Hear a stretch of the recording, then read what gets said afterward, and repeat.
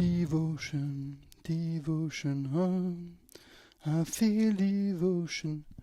Tu crois que je peux faire une intro Burger Quiz pour le Squeak Talk? Tu sais, en pas direct de chez nous et pour la deuxième fois en France, c'est le Squeak Talk. Nils, c'est pas Jean Dujardin.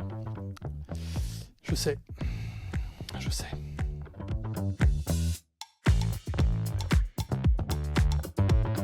Salut à tous, le Squeak Talk saison 2, épisode 2 est déjà un effectif qui évolue. On va commencer par les habitués. Lui, c'est le plus grand habitué du Squeak Talk. Il voulait mettre Thiago Splitter à la poubelle la semaine dernière. Il a été puni puisque le Paris Attends, je le Basketball garde. a battu le Pana et qu'il a dû commenter Paris au Bayern, soit 2h25 de match, le record de la saison. Est-ce que ça pique pas un peu, Nils Sonimus? C'était un match agréable, donc ça pique pas, mais on va en parler d'ici peu dans le Squeak Talk, je pense, parce que les matchs Euroleague commencent à être très très longs. Salut à tous, salut Fred. Salut Nils. Lui aussi, il n'était pas monté dans le bandwagon de Thiago Splitter, mais comme il a pris une branlée au quiz, je vais l'épargner dans cette introduction. Salut Jérémy Bakéa. Salut, salut. On n'oublie pas que j'ai le point bonus à la fin du quiz, ça je me rappelle. C'est vrai qu'il y a eu le rébut qui normalement est là pour départager, mais Si bon, tu fais un quiz seulement avec des rébus, ça m'arrange. on verra ça peut-être dans l'année. Là, il y a un peu plus que des rébus dans ce quiz de fin d'émission. Et enfin, on change de rédacteur en chef. Cette semaine, on a laissé Faisal Berkani vivre la Dolce Vita en Italie. Voici donc un homme qui, comme moi, a connu les possessions en 30 secondes et les matchs en demi-temps de 20 minutes. Bonjour Nicolas Bayou. Salut Fred, salut à tous et je suis très très chaud pour le quiz. J'ai révisé la boulangère, j'ai révisé la promo. Il n'y aura pas de boulangère Wonder League malheureusement cette semaine. Ça aurait été trop facile avec seulement Angers en tête. Mais peut-être que tes révisions vont porter chance. On ne sait pas, on verra en fin d'émission dans le quiz que le monde, je pense qu'on peut dire ça, l'univers nous Oui, bien envie sûr. évidemment. Les joueurs sont prêts, aussi prêts que peut l'être Théo Malédon dans ce début de saison. Théo Malédon, avant d'en parler, je vous propose de revoir ce qu'il a fait la semaine dernière. Théo Malédon qui prend la vitesse de Sousserd. Nils Sako!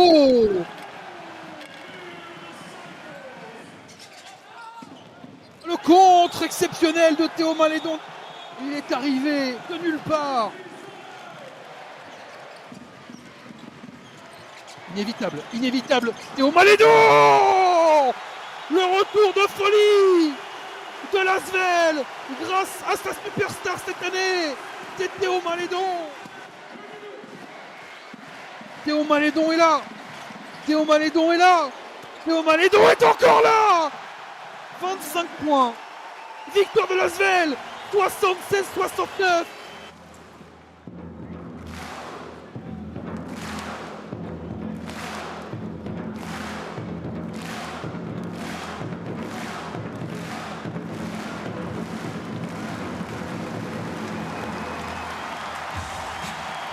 Le meneur de l'Asvel qui a donc été désigné MVP de la 4e journée. 25 points, 36 dévals contre Vitoria.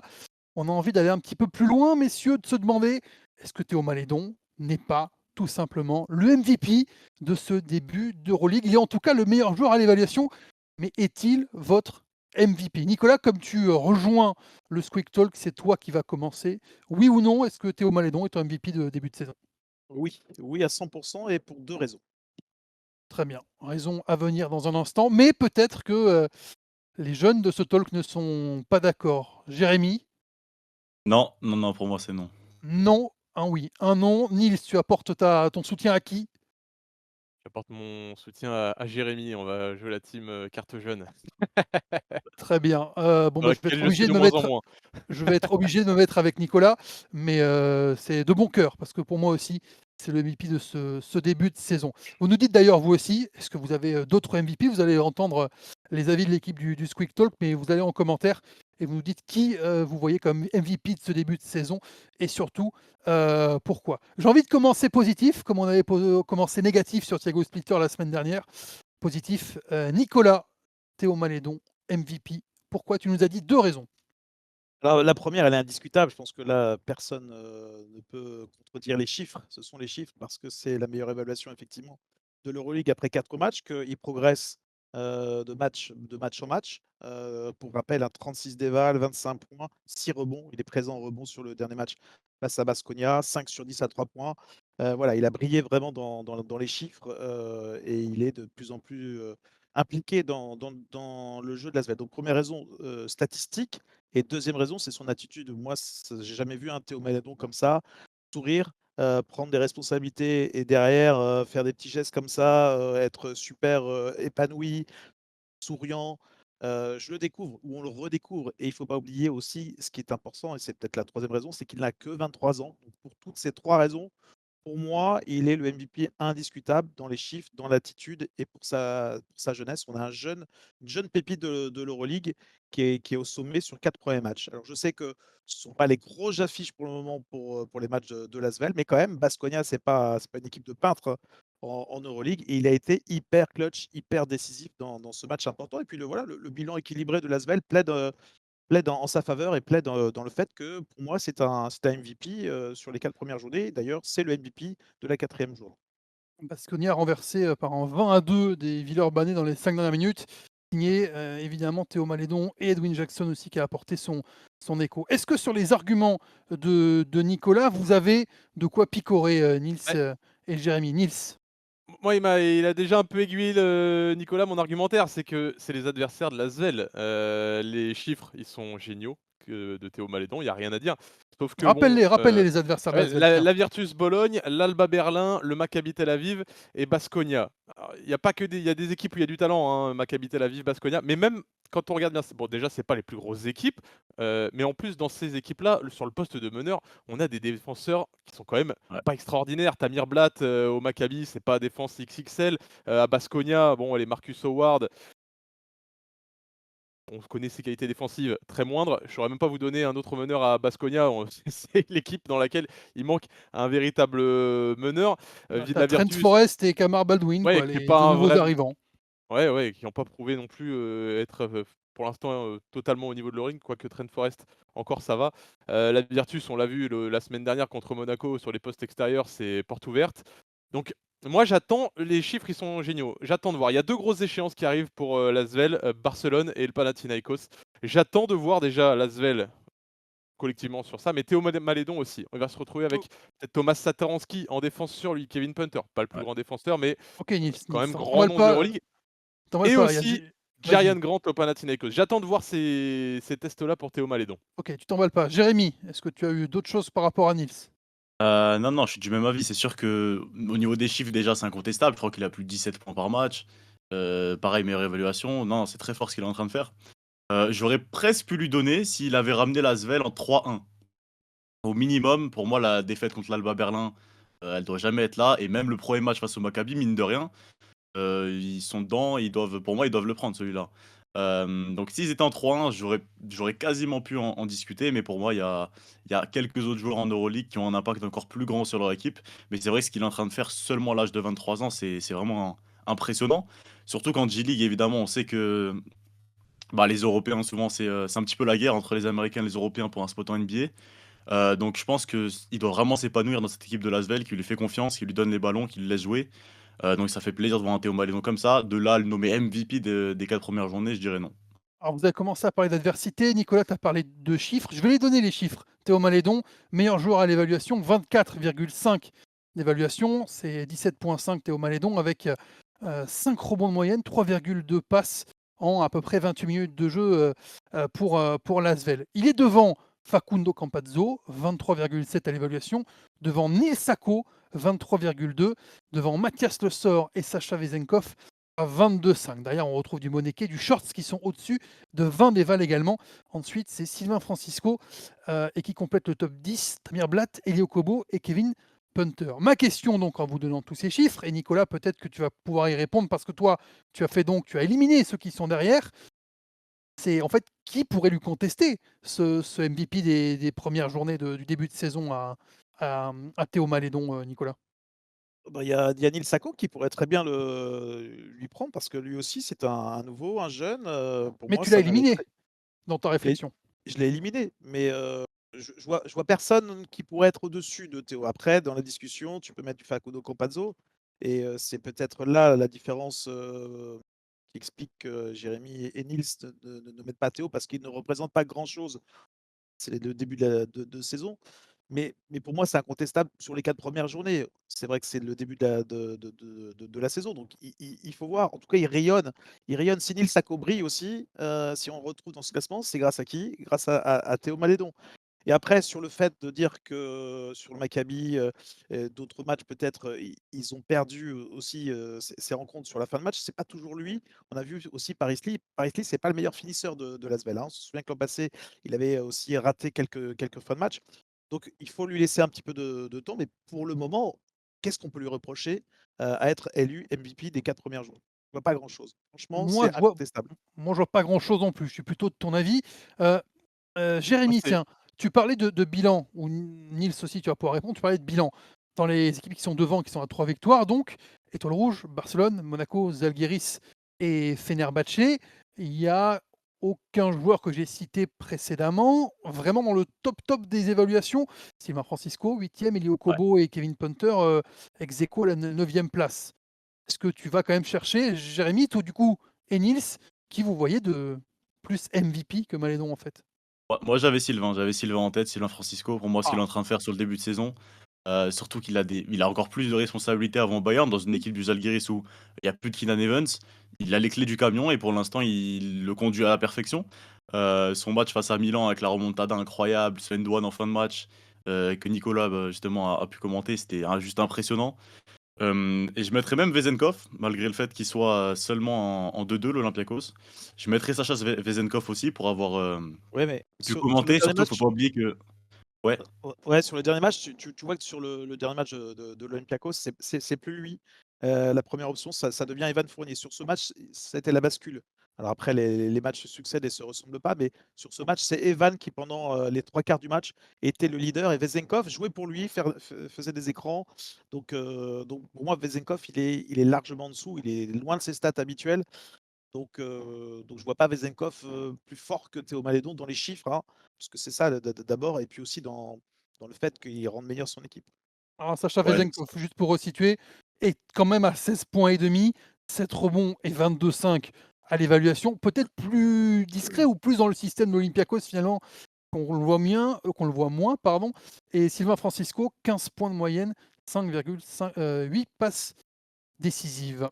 Moi, j'étais d'accord avec Jérémy, sur Sylvain Francisco. J'allais dire, il a peut-être pas d'aussi grosses stats que Théo Malédon. Par contre, il a d'aussi grosses couilles. On l'a vu sur les fins de match, on le voit, c'est le patron. Quand on parle de MVP, on On va attend. on va arrêter de te mettre avec Ali, hein, parce que ça déteint sur toi et c'est pas bien, hein. Ouais, c'est vrai, le programme familial, il m'est sorti de l'esprit. Mais, on parle de MVP, on parle de most valuable, le joueur qui apporte le plus à son équipe. Le Žalgiris, on les attendait absolument pas en 3-1 après 4 journées.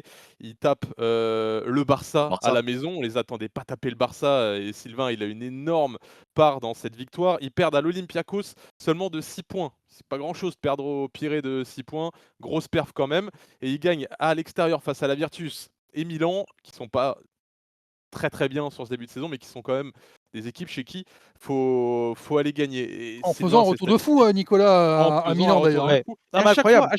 à chaque fois, Sylvain, dans ses victoires, il a une part importante, que ce soit au niveau de, je sais pas, il a ce leadership, il emmène l'équipe avec lui. Et moi, c'est ça que je recherche chez un MVP. C'est un mec qui va emmener son équipe avec lui, à voir s'il va réussir à le maintenir sur la saison. Mais sur le début de saison, pour moi, Sylvain, c'est le joueur vraiment qui tire son équipe vers le haut. Alors, à pondérer, Nils, parce que je suis d'accord avec toi sur le début de saison, avec Jérémy aussi, il fait un très bon début de saison, donc pour moi inférieur au niveau statistique, mais attention à Sylvain Francisco, parce que sur ce match-là, il a fait aussi des séquences de n'importe quoi, comme il sait très bien le faire, un peu le joueur, le poulet sans tête. Et après, il a été fantastique sur la fin de match, il a commencé à jouer juste, à prendre des responsabilités, et gros coup de chapeau au coach qu'il a laissé sur le terrain, parce que c'était 3 balles perdues de suite, un petit peu Ouais. n'importe quoi, il forçait des choses. Donc après, j'ai envie de vous dire, si vous êtes GM, d'une équipe d'Euroleague, vous gardez qui? Théo Malédon ou Sylvain Francisco sur la durée de la saison? Je pense qu'on serait bien embêté de Ouais. choisir. Je Ça pense dépend qu'on le serait jeu bien que tu embêté. veux jouer. Je pense que c'est des jeux totalement différents, Sylvain et Théo. Je pense que Sylvain, il correspond parfait aux Zalgiris. Théo, correspond parfaitement à l'Asvel. C'est 2 profils très différents et j'allais dire, avec Sylvain, tu parles d'erreurs, de ballons perdus, tout ça, mais tu sais quand tu prends Sylvain que tu as ça. C'est un peu comme Russell Westbrook si tu veux. Tu sais que tu vas avoir du déchet, mais tu vas avoir tellement de trucs exceptionnels que, bah, des fois, faut accepter cette petite part de déchet, quoi. Il va te coûter des matchs. C'est sûr que Sylvain va te coûter des matchs. Comme il va De t'en faire gagner. de moins en moins, je pense, de moins en moins. Ouais, je pense qu'il a été aussi un peu touché dans son ego, mine de rien, cet été. La non-sélection avec l'équipe de France, il a dû regarder tous ses copains les regarder à la Bien sûr. télé. Je pense qu'il revient revanchard comme jamais dans une équipe Zalgiris où, comme j'ai dit, il a vraiment les clés du camion. Personne les attend, ne serait-ce même qu'en play-in. J'ai l'impression que tout le monde les met en dessous. Donc il a vraiment sa carte à jouer cette année, Sylvain, c'est sûr.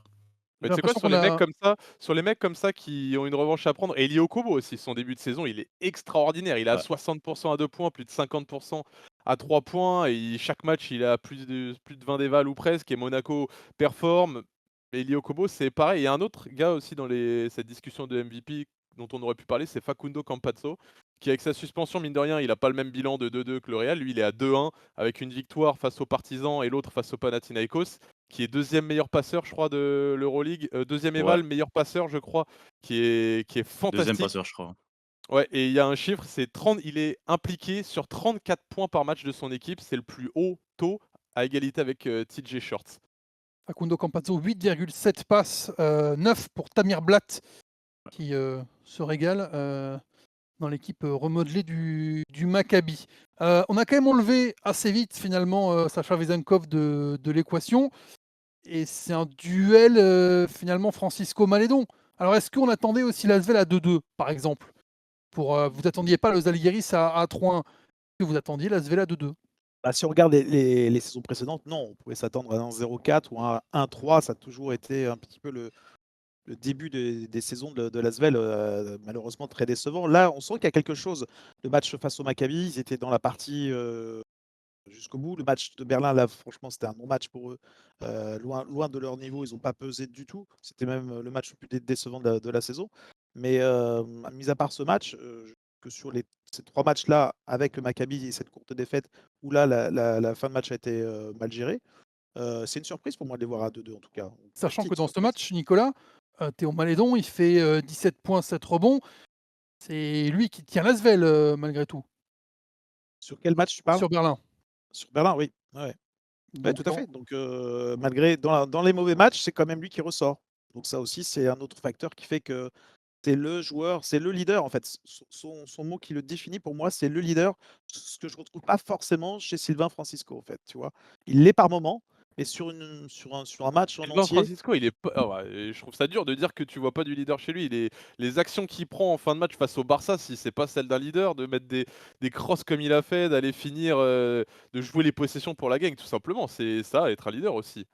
dans un autre sens, si tu veux, Oui, dans un dans un autre autre sens. registre, mais tu vois quand même que c'est lui le patron. Les ballons chauds en fin de match, c'est lui, quoi. Et il joue 6 minutes de moins, il joue que 22 minutes, hein, Sylvain Ouais. Francisco En plus. sur ses premières rencontres du Zalgiris qui effectivement sont peut-être, ça on pourra le dire qu'en fin de saison, plus délicates que celles disputées par l'Asvel qui aura Moi, c'est effectivement ça.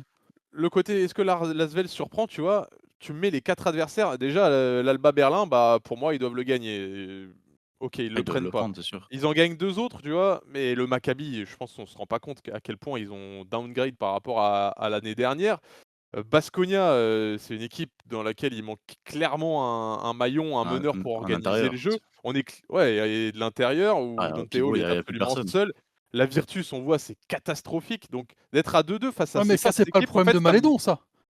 je C'est te pas parle son pas de problème que Malédon, les équipes en face, je te parle de la surprise d'attendre l'Asvel à 2-2. Quand tu regardes le calendrier et les équipes qui sont affrontées, Oui, mais tu me le Nils, montres en début de saison, je te dis pas: «Oh non, ils vont pas en prendre 2 là-dedans, quoi». Alors après l'Asvel, on attend après les 2 saisons qu'on vient de vivre, on attend un petit peu rien d'eux, donc oui, forcément, on est content ils sont à 2-2, il y a pour 2 ça. victoires, oui, on est content. l'Asvel qui affrontera donc Barcelone vendredi avant d'aller au Panathinaikos et de recevoir le Bayern dans la double week qui va suivre. Ensuite, il y aura réception du Fener, déplacement à l'Olympiakos, réception de l'Étoile Rouge. Donc voilà, tu veux du solide, tu veux du Ouais, dur. Nils, ça arrive très ah clairement ouais pour l'Asvel. et comme je le disais, Théo Maledon, je l'attends, face au Barcelone défendu par Satoransky, face au Pana, s'il est défendu par Jerian Grant. sur des duels comme ça, j'attends de voir et Lasvel et Théo Malédon comment, ils vont se comporter. Je pense que plus personne ne peut être surpris maintenant au niveau des coachs parce que les choix qui ont été faits défensivement l'ont aussi mis en avant sur des tirs à 3 Ouais, points ouverts. Donc là, effectivement, il va être ciblé par les coachs, par les défenseurs adverses. Ça, c'est clair. Donc effectivement, les 2 prochains matchs seront des révélateurs pour lui, quoi. Théo Malédon, Sylvain Francisco, c'est un peu le duel de ce débat. Vous nous dites en commentaire si vous auriez préféré, ou vous préféreriez mettre Facu Campazzo en MVP. Nil Sako, hein, pourquoi pas, Nil Sako. On en reparle dans le fast ouais, un il petit y a il y a peu, un petit peu après.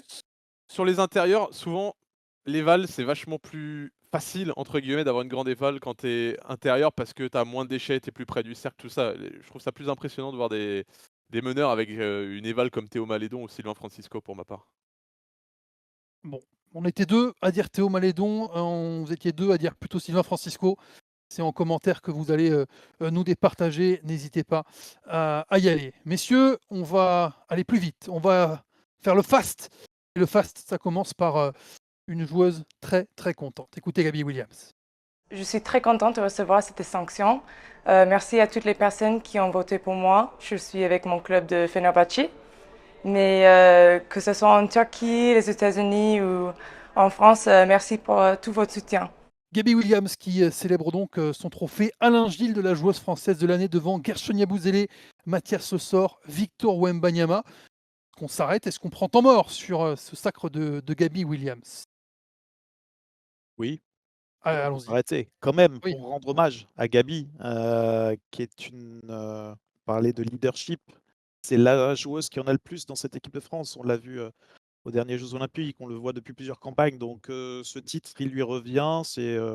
Voilà, c'est une belle récompense pour lui, pour le basket français, de voir qu'on a cette, joueuse à la double identité, mais qui est quand même bien, bien française depuis, quelques années, elle le revendique et par sa mamie et par sa maman, Gabby Williams. Donc c'est mérité de la voir. Elle a pleuré, et elle nous a fait pleurer, pour les jeux olympiques. Donc voilà, juste, récompense méritée. C'est aussi bien c'était un scrutin serré, hein, Fred, si je me trompe pas. Donc c'est bien de la voir et d'alterner aussi, parce que Victor, on va sans doute le revoir. Gershon, pourquoi pas aussi, s'il fait une belle saison, en NBA et en équipe de Même pas France, citer sur les Mathias Le Sort. On revient Moi sur le scrutin, si vous voulez rapidement. Le scrutin, effectivement, 25 votants, une voix pour le public, des voix pour des représentants des médias, que ce soit télévision nationale, que ce soit presse écrite locale, presse écrite nationale. Le président de la fédération, Jean-Pierre Suita, a voté aussi. Euh, voilà, il y a des votes qui pouvaient aller pour le 5-5, pour le 3-3, pour les hommes, pour les femmes. Moi, j'ai voté, je vais vous dire, puisque on m'a dit de voter pour le basketteur ou la basketteuse de la saison. Donc moi, j'ai pris la saison et j'ai voté en premier pour Mathias Le Sort, vainqueur de l'Euroleague, champion de Grèce et pas loin d'être à la fois MVP de l'Euroleague et MVP du Final Four. J'ai ensuite mis Victor Wembanyama en deuxième parce que on faut pas banaliser ce que fait Victor parce Wembanyama, que Victor, hein. même si on commence à s'habituer violemment. Et en 3, j'avais mis Janelle Salin, championne de France avec Villeneuve d'Ascq, Mmh. finaliste de l'Euroleague avec Villeneuve d'Ascq et médaillée olympique avec les Bleus. Et j'avais pas mis Gabby Williams. Et je vais vous expliquer pourquoi. Parce qu'on m'a demandé de voter pour la saison et pas pour les JO. Il y a eu une grosse prime, Gabby Williams qui avait fait 11 matchs de Ligue féminine, qui avait été monstrueuse sur ces 11 matchs, mais qui n'avait fait que 11 matchs. Donc, Blessé. sur la saison, j'avais pas estimé qu'elle méritait. En revanche, d'autres votants ont estimé que les JO comptaient quasiment double dans cette saison-là. Et pour finir, et je vous rends la parole, le mode de scrutin, c'était une première place vaut 10 points, une deuxième place vaut 7 points, une troisième place vaut 5 points. Non, mais pour continuer sur ce que je disais, c'est un symbole pour moi, voilà. Et ce scrutin était tellement serré que ça a penché, vers Gabi parce que son leadership, parce que l'émotion et ce tir à 2 points au lieu d'être à 3 points pour quelques centimètres aurait pu faire basculer l'équipe de France dans une autre dimension.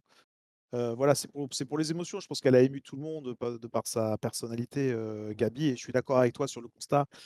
Elle n'a pas fait une grande saison à cause d'une blessure. Donc voilà, en tout cas, les Jeux ont été l'apogée de sa saison et de l'équipe de France. Et c'est assez logique qu'on peut la retrouver sur le podium. Après 1, 2 ou 3, ça se joue tellement, serré, quoi. On y a déjà J'ai mis l'impression que c'est un peu le, l'événement le plus récent qui l'a emporté dans les mémoires des votants un peu parce que C'était pas moi le plus je récent, mais c'était le plus important clairement de la saison pour beaucoup de monde. et que c'était juste après les JO le vote, Fred, si je dis On a pas de bêtises, donc voté dans le mois de septembre, c'est la donc un petit peu compétition après. la plus qui venait d'avoir Oui. lieu, la plus récente en soi et pour moi, j'aurais voté totalement comme toi, en tout cas sur le numéro 1 pour moi, il y avait pas de débat. C'est Mathias Le Sort, enfin, qu'on ait un Français qui soit dans les candidats top 3, top 2 au titre de MVP, qui gagne la compétition, qui a un rôle où on était tous d'accord chez Squeak pour dire que le titre de MVP du Final Four, il était pour lui. Je crois qu'on se Ouais. rend pas compte de la dinguerie d'avoir un Français qui évolue à ce niveau. Et c'est pas comme si Mathias Le Sort, il s'était déchiré sur les JO en plus. Hein, il fait des JO fantastiques et sur les phases finales, il fait partie de ceux qui nous portent jusqu'en finale. Donc pour moi, il avait ça. J'aurais voté pour lui comme toi en numéro 1. Jérémy, quelque chose à dire ou alors, tu me laisses changer de casquette? Non, je te laisse changer de casquette, Fred. Ouais, parce que j'ai oublié qu'il faut tout vous dire, qu'il faut changer de casquette. C'est Vincent Collet, ça. Voilà, qu'on met la casquette France, c'est terrible.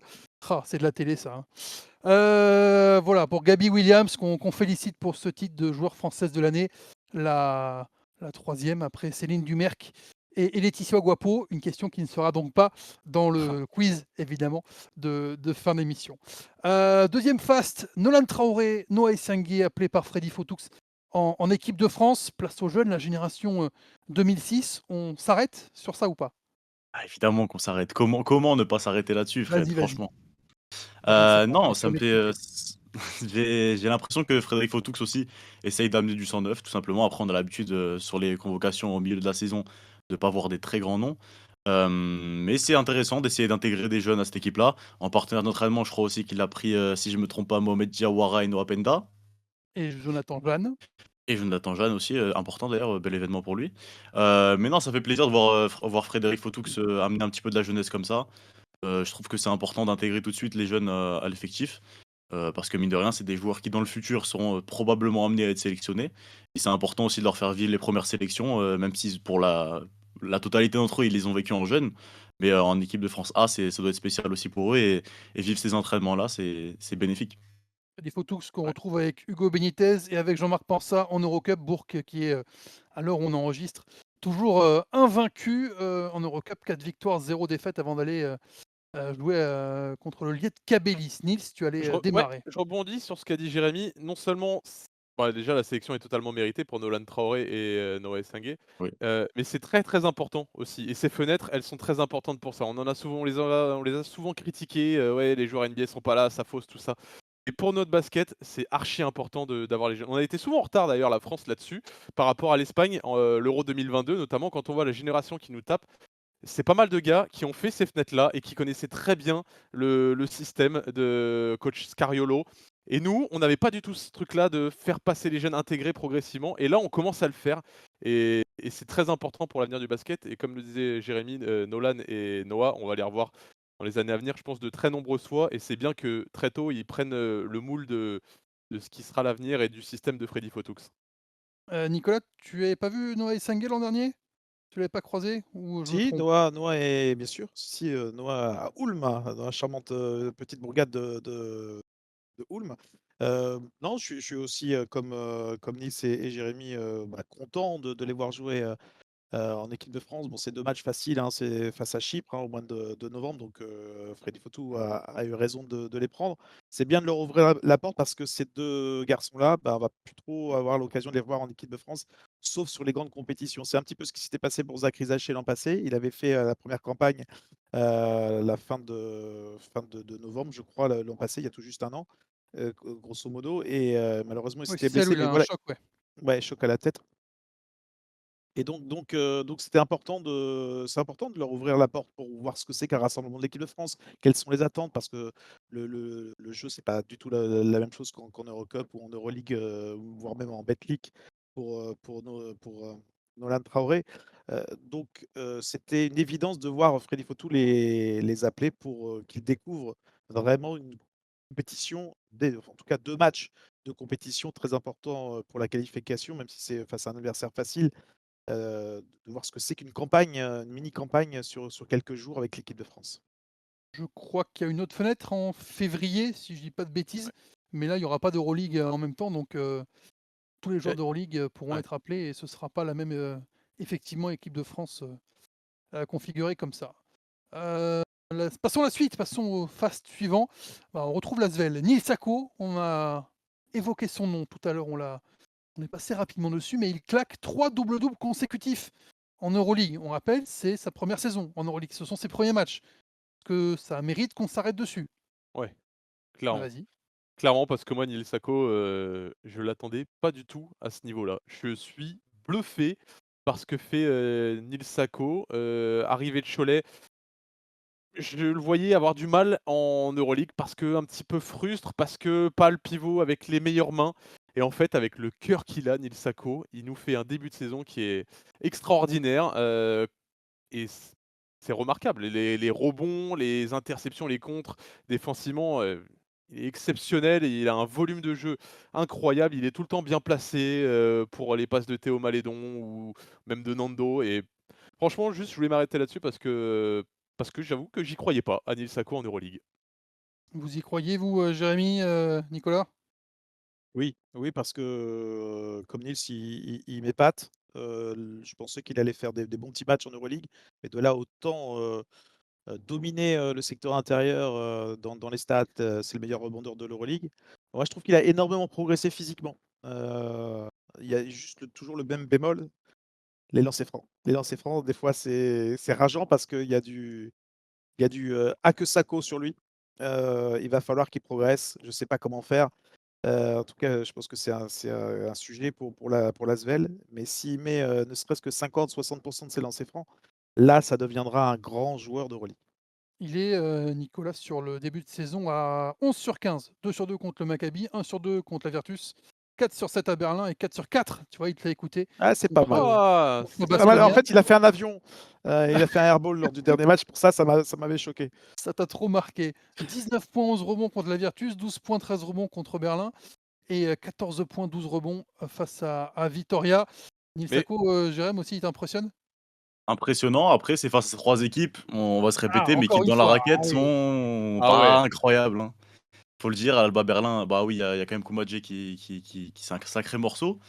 Hem, mais non, impressionnant ce qu'il fait. L'année dernière avec Cholet, il avait déjà montré, sa domination dans la raquette. De là à le voir au même niveau, en Euroleague, c'était pas gagné, puisqu'il y a des joueurs qui dominent énormément. On voit, Treven Williams qui marchait sur l'Eurocup, être carrément en galère, physiquement en Euroleague. Pour le coup, l'intégration de Nils Sako, c'est 100 réussi. Bah, Et Nils là termine, parce que tu avais envie de dire quelque chose, je ah, crois. c'est comme Jérém, j'allais dire exactement la même chose. Genre les secteurs intérieurs, le pire c'était Virtus et Maccabi, hein, c'est, Ouais. éclaté au sol, le secteur intérieur. Zizic, à la Virtus et au Maccabi, il y a pas Wenyen Gabriel, il y a Alpha Kaba qui fait ce qu'il peut, mais il était pas encore là d'ailleurs contre, l'Asvel. C'est waouh, c'est abyssal, hein. Alors, pareil, on va attendre de le voir face à des grosses raquettes d'Euroleague, mais ça n'empêche que son début de saison, est exceptionnel et me bluffe. Dites-nous dans les commentaires si vous avez d'autres, comme ça, révélations, de ce début de saison en Euroleague autres que Nils Sako. Vous vouliez parler des grosses équipes. Eh bien, les équipes qui sont à 3 victoires, 1 défaite, c'est par exemple Zalgiris et l'Étoile rouge, des sacrées surprises. Est-ce qu'on s'arrête dessus? Ouais. On en a parlé un petit peu. Bon, l'Étoile rouge, on peut en dire 2 mots, mais voilà, c'est une équipe, qui, pour le moment, a pas eu non plus un calendrier exceptionnel, mais c'est un début de saison, plutôt réussi avec les Kalinic et les Nedovic, donc qui apportent beaucoup. C'est plutôt bien construit, donc à voir, à confirmer, en fait. J'ai entendu un rictus de Nils sur Ouais, l'Étoile parce rouge. que mais je sais pas, j'y crois pas du tout à cette équipe, et c'est dur parce que leur début de saison, il y a quand même une victoire sur le parquet du Fener qui, moi, m'impressionnait. Il y a une défaite après, prolongation face, au Barça. Heu, il y a des résultats, mais j'arrive pas à y croire. Je la trouve pas spécialement bien construite cette équipe, donc C'est sacrément c'est pour ça renforcé que j'ai un Nils, peu hein. rigolé. Cody Miller, Ouais, ouais. McIntyre, Isaiah Canaan qui sont arrivés. Alors il manque peut-être un Alors 2e contingent pivot serbe, moi, il fort, me pose toujours problème, même si ils ont récupéré Kalinic, qui pour moi est une très, très bonne recrue, mais le reste du contingent serbe, j'ai un peu du mal. voilà, pour tous les Serbes qui nous regardent, Nils a un problème avec le contingent serbe de l'Étoile rouge. Tiens, cadeau. Jérémy, le Zalgiris Étoile rouge, tu as une préférence pour ta surprise début de saison peut-être? Au niveau surprise, pour moi, c'est clairement le Zalgiris parce que l'étoile Ah, je rouge, savais que comme tu on allais l'a dire dit, ça. il y a eu, il y a eu l'étoile rouge, il y a eu beaucoup de fortes recrues. Même si on a vu qu'ils avaient tout de même des limites, tactiques, surtout face au Barça. Je pense à Cody Miller-McIntyre qui, est passé à côté de son match. Il a été transparent. On passait sous les écrans à chaque fois. On savait qu'il est pas capable de shooter en sortie d'écran et ça l'a vraiment sorti de son match, McIntyre. Pareil à l'intérieur, à part Ballon Boy, au poste de 5 pur. Ça peut être un petit peu court face à des grosses équipes. Mais non, au niveau du Zalgiris, je ne s'attendais pas du tout à ce niveau-là. Et je pense surtout à un certain Davidas Sirvidis, qui lui est impressionnant, qui n'avait pas non plus joué en Euroleague avant ça, et qui montre qu'il est au niveau. Après, Sylvain, il n'oubliez avait pas une prévenu, chose. hein. Ouais, juste excuse-moi Nice, mais n'oubliez pas une chose, c'est qu'il y a 2 ans ou 3 ans, l'Alba Berlin était à 3-0, voire 4-0. Ouais. On vantait les louanges Israël Gonzalez, le coach, et bon, ils auraient fini avant-dernier quand même. C'est pour Ouais. ça, Nicolas, qu'on sera là Mais toutes les semaines pour pouvoir changer notre fusil d'épaule très rapidement en vue de ces joueurs et de ces équipes. Nils? le Zalgiris, Sylvain, il avait prévenu, hein, en début de saison que ça allait être une équipe, déjà qui était bien construite et qui allait être très pénible parce qu'ils jouent très, très vite et qu'ils ont Ouais. beaucoup de shooters, tout le monde est capable de shooter. Il l'avait prévenu et pour l'instant, c'est exactement ce qu'on voit, hein. On a encore 2 questions fast à poser, une dernière sur l'Euroleague, la prochaine sur la NBA, parce qu'on va basculer après sur un débat, NBA, vu que ça reprend ce soir. Dernière question Euroleague de ce fast. Est-ce que la vidéo, ça commence pas à vous crisper? Est-ce qu'on s'arrête un peu dessus? Franchement, on pourrait s'arrêter trop longtemps, hein. Je pense Comme qu'on comme la vidéo, comme la on va vidéo, pareil. on va juste répondre tous: «Oui, on en a à ras le cul». De la vidéo pour certains matchs et qu'on va se garder toutes les billes en poche parce que je pense qu'on fera un débat bientôt, hein. Ouais, on va en reparler, c'est sûr, effectivement, on a eu quelques matchs où les recours vidéo, ont vraiment cassé le jeu, ont cassé la fin de match, ont cassé un rythme.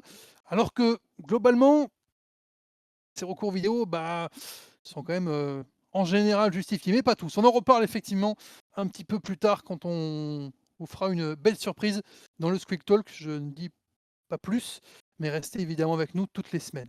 Dernière, interrogation de ce fast. On part en NBA, enfin, et on va aller, dans la côte est, vers les Brooklyn Nets qui n'ont pas gardé Killian Hayes. On s'arrête sur Killian Hayes, qui a été blessé certes pour son, contrat, court, mais qui ne sera pas dans la rotation des Nets pour commencer, qui sera en G-League.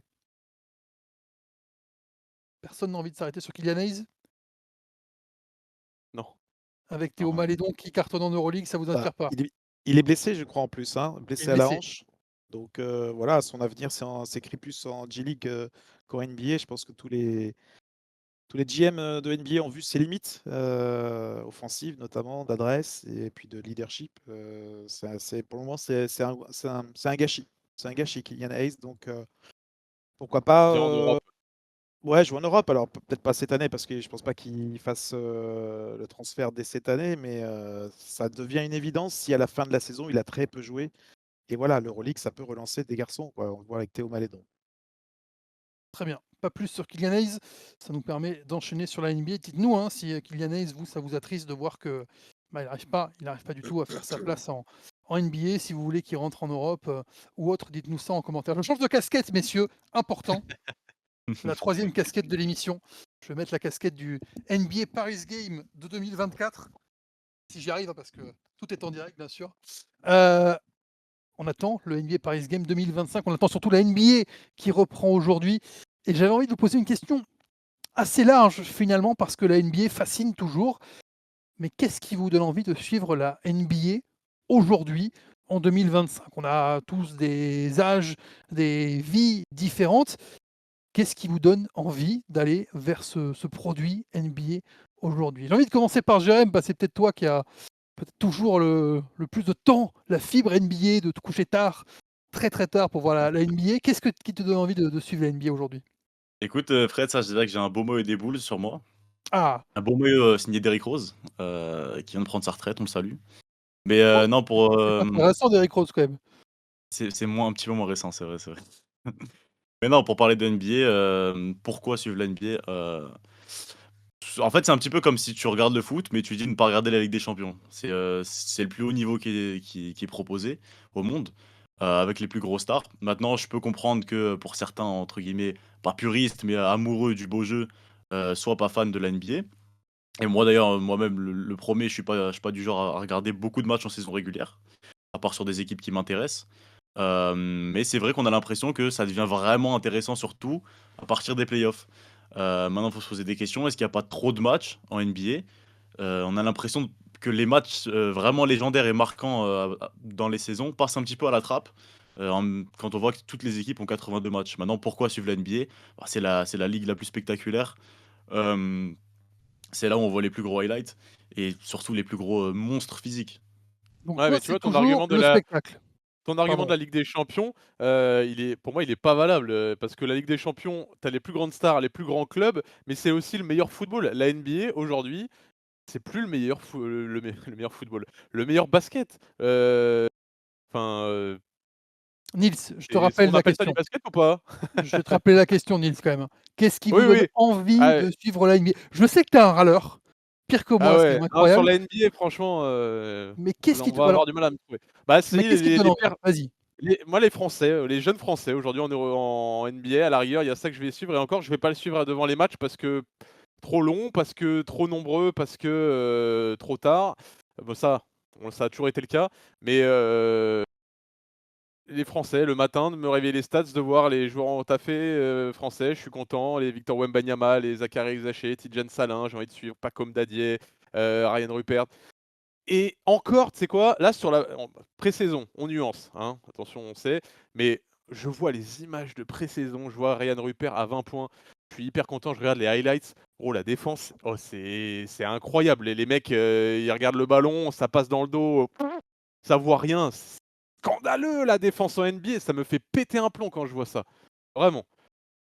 Bon, moi, j'ai posé une question positive. Nils s'énerve. Tout Non, tout va bien. Les Français, mais je peux pas m'empêcher quand je vois les stats des Français de me dire: «Ouais, vas-y, regarde quand même les highlights parce que défensivement, il y a peut-être des trucs qui vont te choquer». Donc Jérémy, on est toujours dans le spectacle quand même qui t'attire. Nils, vraiment, spécifique. Les Français. Nicolas, à toi, qu'est-ce que la NBA t'inspire comment et pourquoi tu veux la suivre? Bah, déjà rappeler que c'est la meilleure ligue en ce qui concerne les athlètes, les basketteurs. Ce sont les meilleurs Athlète. basketteurs au monde qui y sont.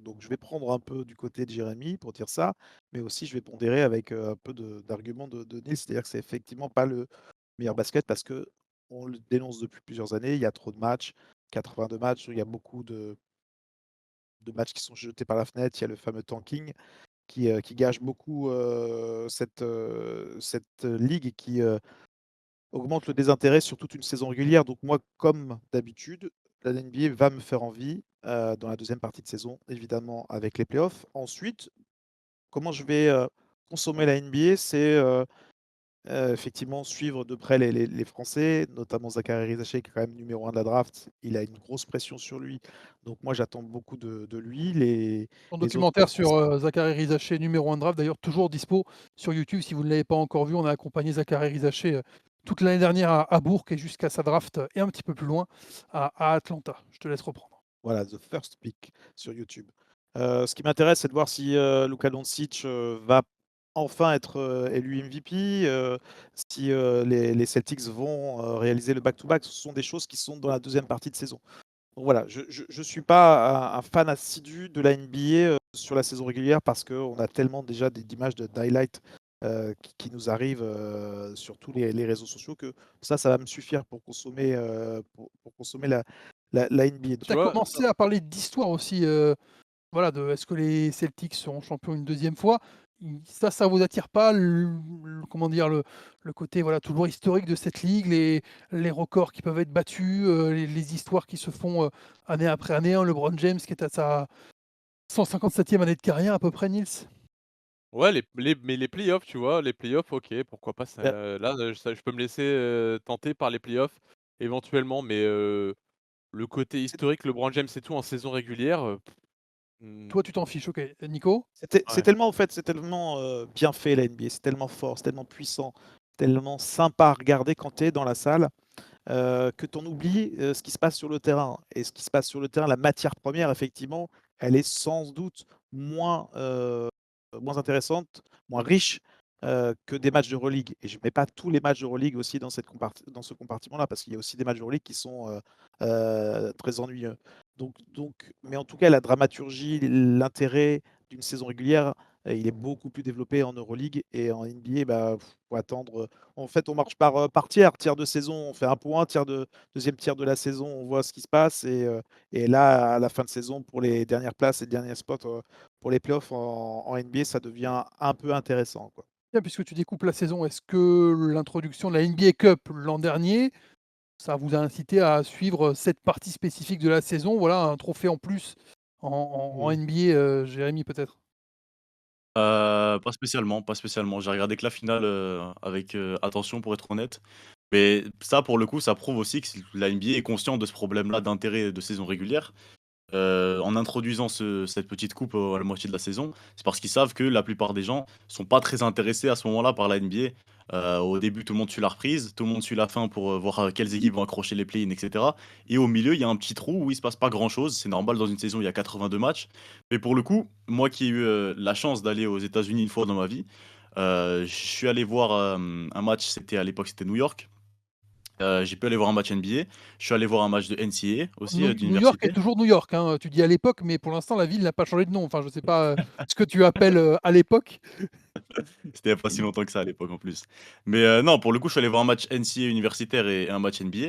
Et si tu me reproposes aujourd'hui d'aller voir un des 2, je vais vers le match NCAA, universitaire 100 bien fois. sûr, Ah oui. bien Je vais sûr. vers le match universitaire 100 fois parce que on a l'impression que tous les matchs ont de l'intérêt, un petit peu comme en Euroleague justement. Et en NBA, on perd cet intérêt-là avec 82 matchs dans la saison, dont 10 équipes qui sont là uniquement pour tanker et récupérer des choix de draft. Vrai fléau ça. Ouais, Ça voilà. tue, ça tue tout, le tanking. Heu, Jérémy, il le disait, mais en plus, en ce moment, on fait vachement le parallèle. On parle du désamour pour le foot. Bah, moi, j'ai l'impression que la NBA, c'est un peu pareil avec 82 matchs. On va dire, il y a toujours eu beaucoup de matchs en NBA, il y a toujours eu 82 matchs, même au début des années 2000, c'était intense, c'est pas ça. Ouais, mais en fait, on monte le basket NBA a monté en intensité, les contacts, tout est plus intense et aujourd'hui, on a gardé ces 82 matchs. Qu'on diminue le nombre de matchs, qu'on revienne sur des règles qui ne favorisent pas l'attaque parce que les 3 secondes défensives, le gather step au début, tout ça, c'est des règles qui avantagent, l'attaque, on le sait. Qu'on revienne un petit peu au basket initial et qu'on je pense qu'on retrouvera une petite fibre, plus basket que ce qu'on a aujourd'hui. Vous avez parlé des jeunes, est-ce que la performance des Européens, alors des Français, puis des Européens finalement, dominateurs dans la ligue depuis quelques saisons, hein, Yanis, Jokic, Doncic, tout ça, ça vous rapproche pas de la NBA d'une certaine manière et ça vous donne pas envie de la suivre? Mmh, Pas plus pas qu'avant, tellement, C'est un pas grand plus nom qu'avant. manifestement. Ouais, pas plus qu'avant. non, plus les Français que les Européens. Après, il y a ce côté, bah, regardez, l'Europe, est en train de conquérir, les États-Unis. Le basket européen a rattrapé, son retard. On le voit chaque année un peu plus, même sur les compétitions, même si Team USA est encore championne olympique. On est tous un peu des Jokic là, hein. Jokic, il fait son boulot et et dès que la Ouais. saison est finie, il zappe tellement voilà, c'est prenant et c'est un business voilà. Ça reste, je répète, hein, ça reste la meilleure ligue au monde en termes de talent de basket, mais le Moi, jeu, tu vois, je nuancerais ça parce que oui, les grands joueurs, les stars sont meilleurs en NBA qu'en Euroleague, mais par contre, je pense que si tu prends les role players de NBA, bah, n'importe quel joueur en Euroleague serait un meilleur role player en NBA, sauf que bah, on te cantonne à un petit rôle. Alors, je vais peut-être le ça formuler différemment. N'importe quel joueur qui n'est pas une star en Euroleague est un meilleur joueur de basket général et complet que ne le sont les role players en NBA qui sont soit du 3&D, soit défenseurs, soit là pour poser des écrans, et etc. et d'ailleurs, pour aller dans ton sens, quand on voit maintenant, les classements des stats, des meilleurs marqueurs, des meilleures évaluations, rares sont les Américains maintenant. Ce qui fait que les Américains sont plus devenus des joueurs majeurs, même en Euroleague, et que le basket est devenu, vraiment un produit européen, à la fois, évidemment en Euroleague mais en NBA de plus en plus, quoi. Vous pourriez Après ça, suivre pour savoir c'est un peu quel fort serait quand le même. joueur. Vas-y. Tu as envie de Ça, c'est un répondre, peu vas-y. fort parce que le nombre de joueurs, en Euroleague, ça reste la grande majorité des Américains et pour le coup, on l'a vu, on le voit cette année, hein, des role players qui étaient en NBA, On pense, je sais pas, à Stanley Johnson, Jordan Nwora, même si c'était encore un petit peu en dessous des role-players. On les voit jouer en Euroleague et il y a vraiment rien d'exceptionnel par rapport aux joueurs Euroleague, hein. Mais si tu passes encore un petit cap et que tu prends les joueurs en dessous des stars, les Kelly Oubre, les mecs comme ça, et mine de rien, ceux qui étaient Kendrick Nunn en NBA, là, je pense qu'il y a quand même un vrai décalage avec les joueurs Euroleague, hein. Kendrick Nunn, ça reste un scoreur en Euroleague. Et c'est un des rares mecs qui était très fort scoreur en NBA, qui arrive à être très fort scoreur Ouais. en Euroleague, hein. Mais tu prends tous les mecs qui étaient des role players en NBA, tu les mets en Euroleague, généralement ça fit pas, hein. Là, je regardais là les évaluations. Le premier américain, c'est Kevin Punter, 9e. Le reste, ce sont des Qui a fait toute Européens. sa carrière ou presque en Europe d'ailleurs, hein, Exactement, exactement. Bon, vous allez regarder l'Euroleague d'abord, la NBA quand vous aurez le temps. Je vous ai compris. Oui, je vous ai compris. En général. Voilà, dites nous en commentaire ce qui vous donne envie de suivre la NBA. Est-ce que ce sont les Français? Est-ce que c'est une franchise en particulier? Ça peut être les Hawks cette année, ça peut être les Spurs évidemment, avec Victor Wembanyama et Chris Paul. Tiens, moi ça me donne envie quand même, Chris Paul, Victor Wembanyama. Comme je pense que ça ne durera pas non plus des mille et des ans de regarder ça un petit peu sur le début de saison. Vous nous dites ça en commentaire pendant que nous on passe évidemment au quiz. Qui dit quiz dit changement de casquette. La dernière de l'émission. Il a combien de casquettes, Fred Mazea? C'est quoi, c'est une casquette en point d'interrogation cette fois que tu as mis? Pour faire les émissions. Non, j'ai pas la casquette d'Edouard Nigma. Désolé. Je l'ai mal réglée, mais je vais la régler en direct. C'est une casquette des Los Angeles Lakers, parce qu'il va y avoir de la NBA dans ce quiz. Et c'est peut-être un indice pour une des questions qui arrivent. Mais peut-être. La casquette, elle est en place. On passe au quiz, messieurs. Nicolas, tu n'étais pas là la semaine dernière. Sache que Nils est vénère d'avoir perdu le quiz face à... Il a subi le Žalgiris Faisal Berkane. Ah ouais, il s'est fait gréquifier. Ouais, mais c'est comme si on avait joué le dernier quart-temps sur une course de trop, tu vois? Ouais, rien à voir. C'est la Hors nuance. sujet. Ouais, je comprends. Il n'y aura pas d'équitation dans ce quiz. Quoique, suspense. Mais encore heureux. Première question. On va commencer tranquille. Avec un compte approchant, vous répondez chacun une réponse. Le plus près gagne un point ou 2 points s'il y a un tout pile pour l'un d'entre vous. On a parlé de l'équipe de France avec Nolan Traoré et Noah Essengue, l'équipe de France qui est désormais entraînée par Fred Fautoux. Combien de sélections en tant que joueur pour le Landais? Chacun a droit à une réponse sur cette question. Allez, on va commencer par Jérémy. Combien de sélections pour Freddy Fautoux en équipe de France? J'en On a ai aucune strictement idée, aucune oui. idée, Fred. Ouais. J'en ai Tout aucune avantage idée, Nicolas j'en ai Bayou aucune idée. qui a certainement vu jouer Fred Fautoux en équipe de France et pas nous. Vous avez quelle Non, j'en ai aucune idée. On va dire 24. 24 pour Non. toi. Ce sera ensuite Nils. Moi je vais dire 13. Et ensuite, gars. ce sera pour toi, Nico. Ouais, je dirais 59. Attends que ça. Ah, ce sera pour- 64, je dirais même. 64. Et c'est- Ah, ça aurait été bien, mais c'est pas 64. C'est 47 sélections. Ah, on l'a pas respecté avec Jérémy. quand même Non. médaillé de bronze en 2005 avec l'équipe de France. Absolument. Et tu sais quoi? C'est la prochaine question. Il est médaillé de bronze en 2005 avec l'équipe de France. Il a eu l'Euro 2017 aussi dans ses grandes compétitions disputées avec l'équipe de France. Mais à l'Euro 2005, combien de points Freddy Fautoux avait-il marqué lors de cet Euro? Pareil, chacun vous allez me donner une réponse.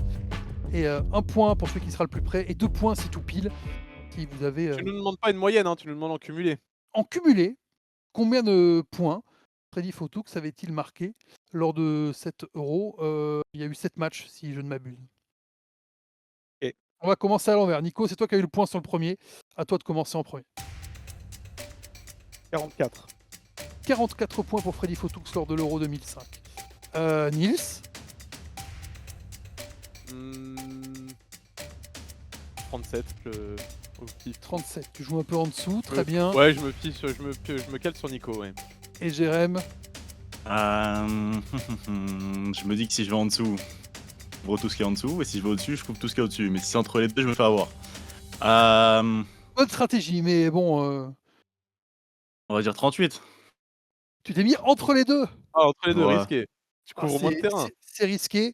Donc on avait 44 pour Nico, 38 pour Jérém, 37 pour Nils. Freddy Fautoux en 2005 a mis 6 points, messieurs. Oh.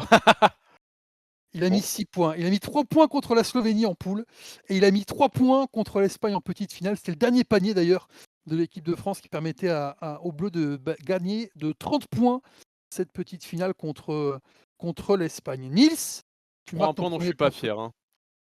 Oui, mais bon, écoutez. Mais par vous êtes contre, des- Fred, on te voit hein, avec ton quiz spécial Sud-Ouest. Hein. On te voit. pas du Attention. tout. Surtout spécial année 2000. Hein. Léo Cavalière n'est pas la prochaine réponse, Nils, sachez-le. Mais c'est quand même un guest the player pour cette question 3. Je vous donne donc les clubs dans lesquels un joueur a évolué. Vous devez me trouver le joueur qui a commencé sa carrière à Manresa. Je vous donne peut-être une indication de sa nationalité. Après Manresa, il est allé au Real Madrid. Bah, c'est tout. Sergio C'est tout Llull. Et oui, bravo Nils. Attendez à d'autres clubs. Bah oui, je sais bien que vous vous attendiez à d'autres clubs, mais c'était le piège de ce guest the player. Manresa 2005-2006, Real Madrid 2006. Sergio Llull, un point pour Nils parce que c'était quand même un guest the player facile. Le suivant l'est un peu moins, alors il va valoir 2 points. Mon joueur a commencé au Real Betis. Assez vite. Avant d'être drafté en NBA et de partir au New York Knicks. Il a ensuite évolué au Dallas Mavericks, puis aux Washington Wizards, et son dernier club est les Boston Celtics. Et il est toujours en activité. Oh la vache.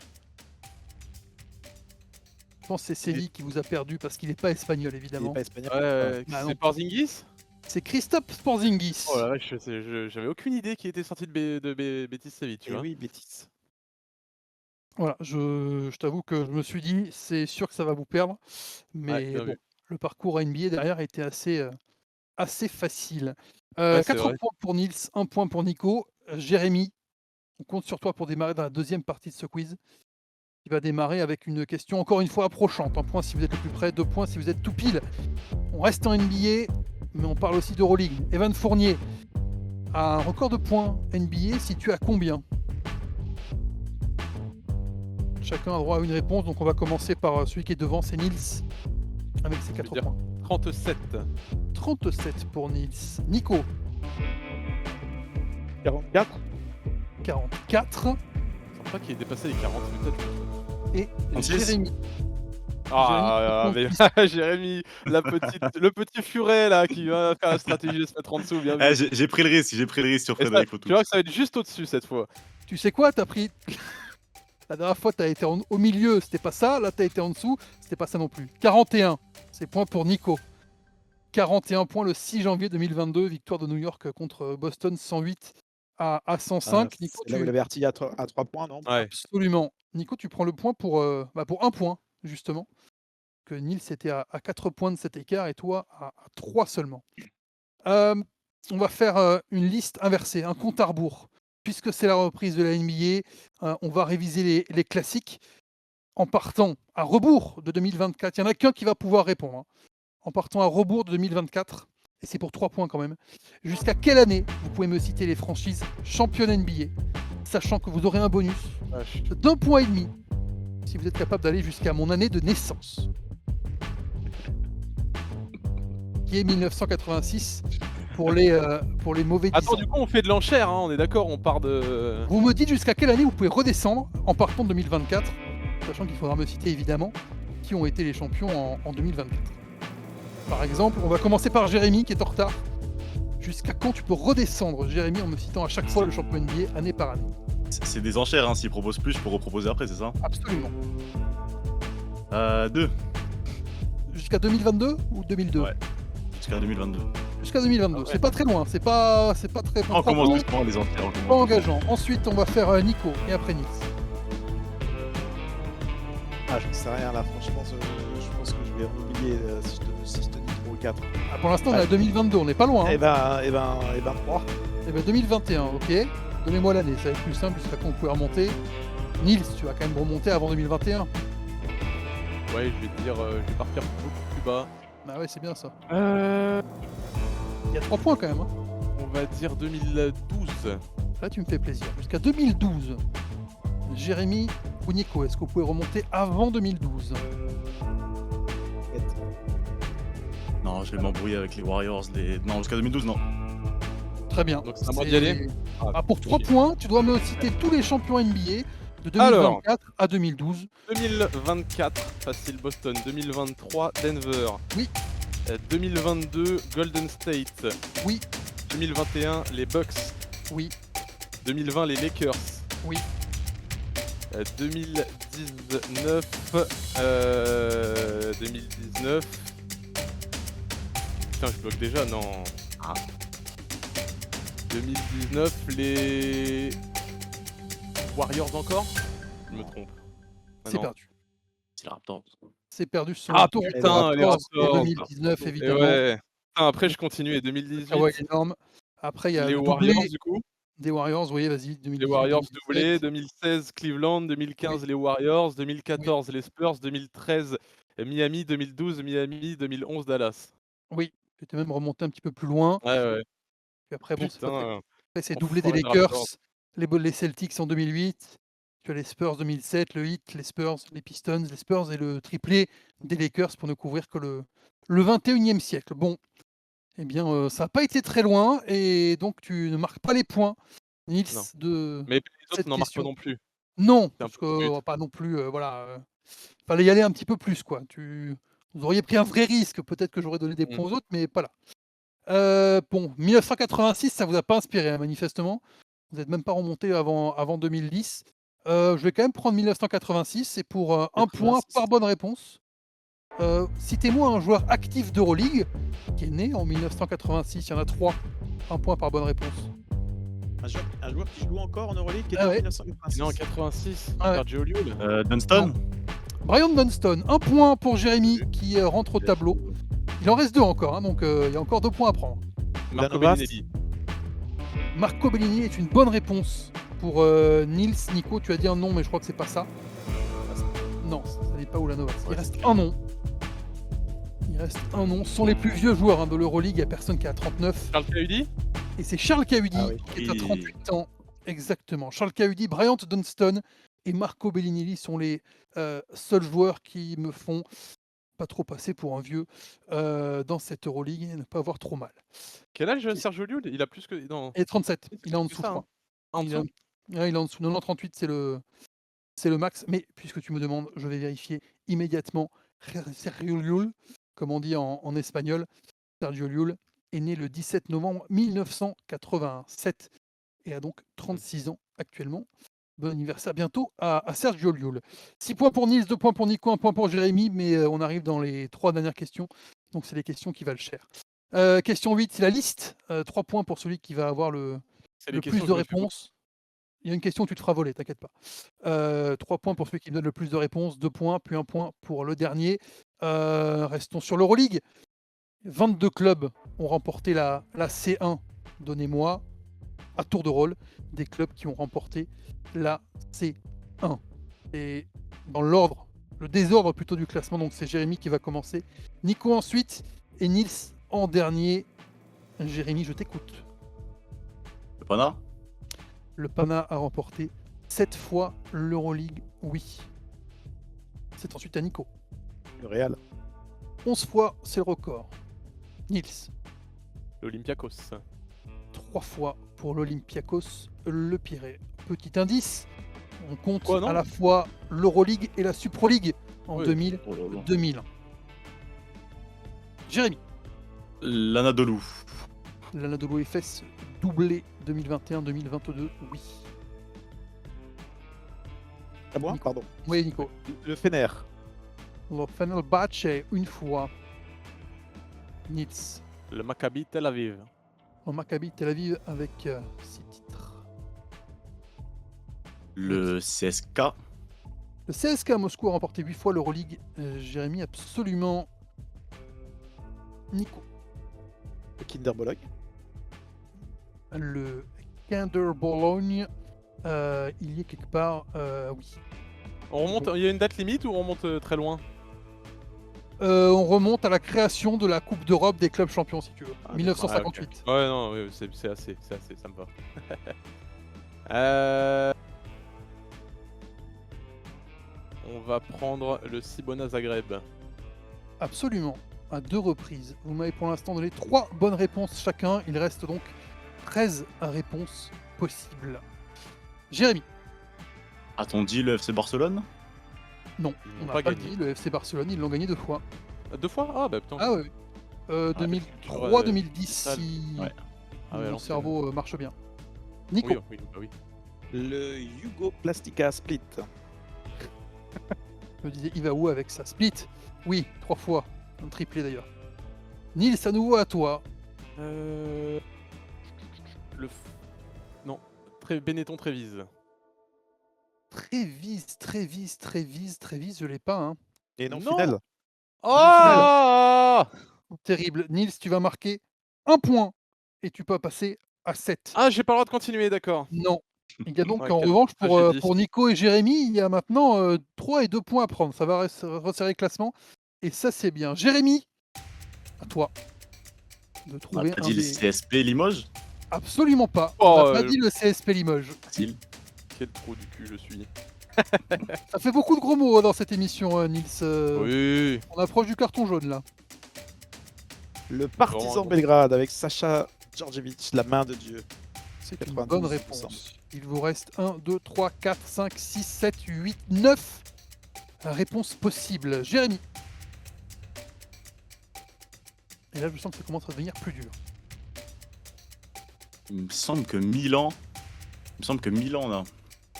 Est-ce que c'est ton dernier mot? L'Olympia Milan, c'est mon dernier mot, mon cher Fred. Milan a gagné 3 fois l'Euroleague. Donc l'Euroleague, la Coupe des clubs champions, enfin vous avez compris depuis 1958. Quoi. Nico, c'est à toi pour égaliser face à Eh bien, Jérémy. le Žalgiris Kaunas en 99 avec le Tout à fait. MVP du Final Four. Tyus Henné, malgré un énorme match d'Antoine Rigaudot, 27 points avec la Kinder Bologne. Bon, j'avoue, c'est là qu'il a un petit peu un avantage, Nico. Mais pour l'instant, tu tiens bien, Jérémy. 1, 2, 3, 4, 5, 6, 7 réponses encore possibles. Euh... On rentre dans les un peu compliqués. Hein. Là, je t'avoue qu'il reste un peu du sale. Est-ce que Varese fonctionne? Ah bah Varese fonctionne 5 fois. Donc Varese fonctionne, oui. Varese fonctionne. Nico. La Juventus Badalone avec les frères Jofresa, Oui. 1993. Jordi Villacampa et l'entraîneur. Et il me semble que c'était Bojan Malkovic. J'aime bien comment tu mets la pression à Jérémy en lui disant moi je sais, tu vas craquer. Ouais, Je vais craquer parce qu'il m'en reste qu'un seul en plus. Vas-y Jérémy. Je crois que Riga en a. Régal a gagné 3 fois. Bah c'est beau hein, parce que vous m'avez cité Ouais. quand même 18 des 22 réponses. Nico, encore à toi. Oh. Ah. Si tu ne réponds pas, Nico, c'est Jérémy qui prend les 3 points. est-ce qu'il y aurait une équipe italienne encore? Ah, attention. Attention à quoi? Aux indices? Il veut pas que je t'aide. Pour ça, attention, je sais. Mais je ne t'aiderai pas. Je cherche dans les anciens clubs qu'on a oubliés, parce que sur les clubs actuels, je pense qu'on a fait le tour. Il reste 4 réponses possibles. Hein, donc, Allez, je tente un club italien qui est Trieste. Trieste n'a pas remporté l'Euroleague, mais il y avait bien des clubs italiens qui restaient. Oh, Jérémy, tu Tudo. prends 3 points quand même. Hein. Donc Ouf. c'est félicitations là-dessus. Il Il y avait restait, le quartier qui Tudo. il restait Cantou, Canton. il restait Rome, Rome. il restait Ah ouais, le Dynamo Tbilissi et il restait Sarajevo. Ah ouais, dur. Donc, Ouais, mais vous ouais, avez non. quand même trouvé 18 des 22 clubs. Donc, messieurs, félicitations. Et un classement qui se resserre. 7 points pour Nils, 4 points pour Nico, 4 points pour Jérémy. On Il va reste chercher deux l'upset sur Nils. Ouais, il reste 2 questions. Ouais, Nils Je a crois encore que je fait vais la me spécialiser concentrée. dans le choke. Jérémy, On va Jérémy, m'appeler viens, Doc Rivers. Nils, se il a ligue, on se encore ligue fait contre la Nils, course en Jérémy. tête, c'est terrible. Complètement. Nils, d'abord la question 9 qui vaut 2 points et il restera ensuite la question 10 pour terminer ce quiz. Question 9. Quel club est le dernier invaincu en Pro B? Je l'ai. Ah, la Blois. Oui. T'as La bien fait de Blois dire, 6-0. Il a t'as dégainé bien fait vite. de dire Blois parce que gelé, ça comptait pas comme réponse évidemment. Mais Blois est bien le dernier club invaincu en Pro B avec 6 victoires et 0 défaites, comme tu l'as dit. 7 points pour Nils, 6 points pour Nico, 4 points pour Jérémy. Et voici la question 10. Elle valait La- 3 points la question Pro B? 2 points. Elle valait Oui, 2 points, je Nico suis était à très mauvais 4, en maths. il était à 6. Mais c'est pas grave. Ah, parce que tu comptes en plus. Tu essaies de compter pour voir si je me trompe pas. Ok, Non, super. non, oui, un peu en vrai. La, confi- la confiance règne. Question 10, la question pour un champion qui vaudra soit 4 points, soit 3 points, soit 2 points, soit 1 point, selon le moment à laquelle vous y répondez. Je vous préciserai évidemment. C'est un peu, voilà, c'est un peu mon moment Julien Lepers. Je suis né le 27 août 94. Et si j'ai pas mal voyagé, je joue actuellement dans ma ville de naissance. Mon numéro de maillot est le 10 en sélection, mais le 30 en club. Ça vaut 4 points. Ça ne vaut plus que 3 points. Mon palmarès d'école à l'université de Yukon, puisque je remporte 4 fois de suite le championnat NCAA, de 2013 à 2016. Je suis numéro 1 de la draft en 2016, et dans la foulée, je suis rookie de l'année. Fuck. Ça vaut toujours 3 points, et ça n'en vaut plus que 2. Mais vous pouvez toujours gagner. Si je remporte le championnat américain en 2018 avec Seattle, je prends aussi l'avion pour exprimer mon talent en Europe. À Kursk, à Ekaterinbourg, à Fenerbahçe, pour 2 titres en Euroleague Women. Et ça ne vaut plus qu'un point. Triple championne du monde, triple championne olympique. Je viens de Sue Bird. remporter mon... Non, je viens de remporter mon 3e titre WNBA Brianna Stewart? avec Ah le New oui. York Liberty. Victoire de Nils, bravo, qui prend 1 point. Oh, je Le suis pas point fier. qu'il fallait sur Brianna Stewart. Vous avez mis du temps, mais j'ai essayé de vous perdre aussi un petit peu. En ne vous indiquant pas évidemment qu'on cherchait une joueuse et pas un joueur. Nils Ouais. 8 points, Nico 6 points, Jérémy 4 points. C'est un beau quiz, messieurs. Et j'ai un rébut éventuellement qui aurait pu servir à vous départager. Si, Ça, c'est le rébut de Jérém normalement. c'est le rébut de Jérémy. C'est le rébut pour C'est mon départager. Mais Nico aurait presque pu m'obliger à sortir ce rébut. Mais finalement, ce sera pour le plaisir et pour terminer cette émission qui reviendra évidemment la semaine prochaine. Dites-nous si vous aviez trouvé les réponses d'ailleurs avant l'équipe du Squeak Talk dans les commentaires. Pour vous départager ou pour le plaisir plutôt cette fois-ci, mon premier est le chef. Mon deuxième est à toi. Mon troisième est très utile pour faire de l'équitation, Nils. Et enfin, mon quatrième est un mouvement rapide et involontaire. Et mon tout est une franchise NBA. Mon J'ai oublié les 4. premier est le chef. Mon deuxième est à toi. Mon troisième est très utile pour faire de l'équitation. Et enfin, mon quatrième est un mouvement rapide et involontaire. Et mon tout est une franchise NBA. Vous avez 30 réponses possibles. Mais quoi? Mais il faut trouver pourquoi. Mon premier est le chef. Chef. Mon deuxième est à toi. Mon troisième est très utile pour faire de l'équitation. Et mon quatrième est un mouvement rapide et Celtics? involontaire. Les Celtics? Boston ouais. Celtics? Les Boston Oui. Celtics, Oh. absolument Jérém, qui remporte une deuxième voile rébut. Mon premier est le chef, le boss, évidemment. Mon deuxième est à toi, Ton. Mon troisième est très utile pour faire de l'équitation, une selle. Et enfin, mon quatrième est un mouvement rapide et involontaire, un tic, les Boston Celtics, qu'on retrouvera avec la NBA dès ce soir. Voilà. Invaincu au rébut, hein. Et Invaincu au pour rébut. célébrer un petit peu là. Un vainqueur au rébut, mais un vainqueur au quiz, par contre, Jérémy. Un peu le problème de ton début de saison. Mais bon, tu pourras te rattraper, évidemment. La saison d'Euroleague est longue, pour paraphraser beaucoup de joueurs dans ce début de saison, effectivement. Messieurs, bravo. J'espère que vous avez passé un bon quiz, une belle émission. Oui, bravo Fred, belle préparation du quiz. Gros travail. Exactement.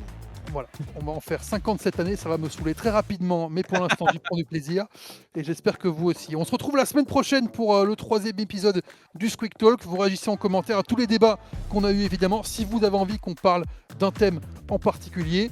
laissez-le nous en commentaire. On vous lit évidemment et puis on se retrouve sur Squeak pour toute la semaine. L'Eurocup avec Bourg-en-Bresse et puis une seule journée d'Euroleague cette semaine, mais sur 3 jours. Ça va encore être long.